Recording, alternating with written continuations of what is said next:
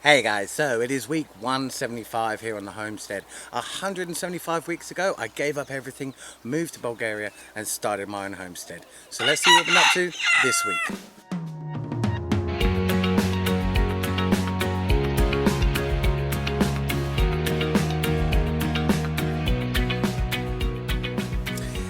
Hey then guys, so this week I had hoped to bring you a special episode, but unfortunately that is going to have to wait till next week, so look forward to that. It might be up your street, it might not be, but this week I'm just going to show you what we've been up to. Now the temperatures have started to fall, so we've had some really nice cool days with temperatures around the 34-35 mark. So that's been really nice. It has meant that the watering has slowed down a little bit. But I'm still having to water. The weeding has been going fine. The pumpkins are starting to put out fruit.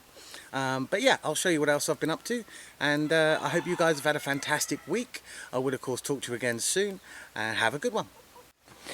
Hey guys, so I think I mentioned before that we've had a fire ban here in Bulgaria, so there's been no mowing or anything with any petrol-powered machines because of the risk of fire. But that actually lifted today, so early next week, probably Tuesday, I will be finally mowing this field. As you can see, all of the yellow flowers are pretty much done, the blue flowers are dying off as well, so all the bees have had their fun. And I just thought I'd give you an overview of what it looks like now, and then next week I'll show you what it looks like straight after it's been mowed, and it'll be a bit of a big difference, shall we say. Puppies! Yeah, here they come. Oh, there's the potato. Hey guys, so after much mockery, the chickens have actually done a fantastic job of planting their own sunflowers this year. This head is actually the biggest single head that's grown this year, and just over here, this one is the best multi-head sunflower I've had as well. As you can see, it's got plenty of heads on it, an absolute stonker of a sunflower. So yeah, they've done really well on the multi-head and on the single largest head. So with all of the mockery, yeah, they've done really well. They are, as you can see right down at the bottom here, all of these leaves have been completely decimated though. So they've been enjoying the sunflower leaves. They can only reach so high though. But yeah, they've done really well. And very soon I will be cutting these down to actually feed to these chickens here. Hey guys, so as you can see, the pumpkins have started to take off. As you can see, they're putting out a lot of new growth, and they do actually have some pumpkins on them. So just here, you should be able to see just there, that little round thing. That's a tiny little pumpkin. So hopefully with these being this spread out, and this whole pumpkin plant here this is all new growth. It's very spread out, it's very aerated, so all the leaves have got plenty of room. It should put on a lot of biomass, a lot of weight very quickly, and then hopefully we'll get some decent pumpkins out of this. There are a few more little ones I can see just on the plant. There's one up here, and there's a few down there. So hopefully we'll get some decent pumpkins out of this by October. Hey guys, so I just wanted to show you this tree just as an example of what I mean about exceptional growth this year.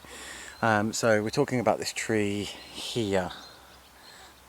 Now this I copsed 3 years ago, and as you can see, it's pretty tall. But the amount of growth it's added this year is from about here all the way up. With a rootstock existent, the amount that this tree has grown is fantastic. But anyway, just so you can get some sense of scale, I'm just going to walk over and show you how big this tree has gotten in 3 years, just 3 years.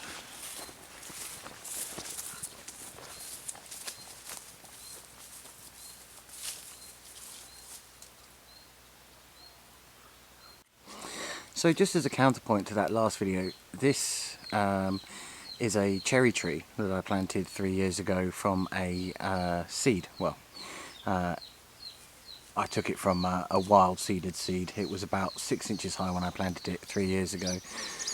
So the same time that I copsed that walnut, and you can see straight away the size difference, but I will go and stand next to this one for scale as well. But I just think that maybe planting new trees isn't the answer to carbon capture, but maybe coppicing existing hardwood trees is actually a much better way to get a lot of growth very, very quickly because of that existent rootstock. So anyway, let's go and stand next to this one.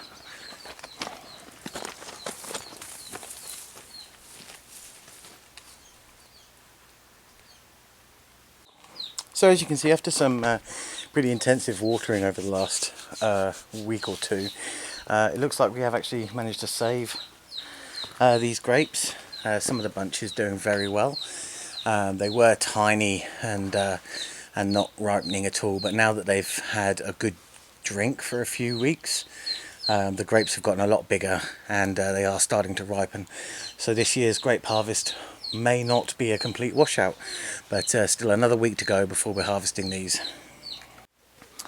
Well guys, I did tell you about that volunteer melon I had. This is it. I didn't plant this melon, so this is a complete volunteer. It's out here in the middle of this field all by itself. So yeah, it's just turned yellow. It was just dark green until yesterday, which means it's really starting to ripen up, and I reckon early next week I'll be picking this one solitary melon that I've grown this year, and it will be being fed to the chickens because melon is disgusting.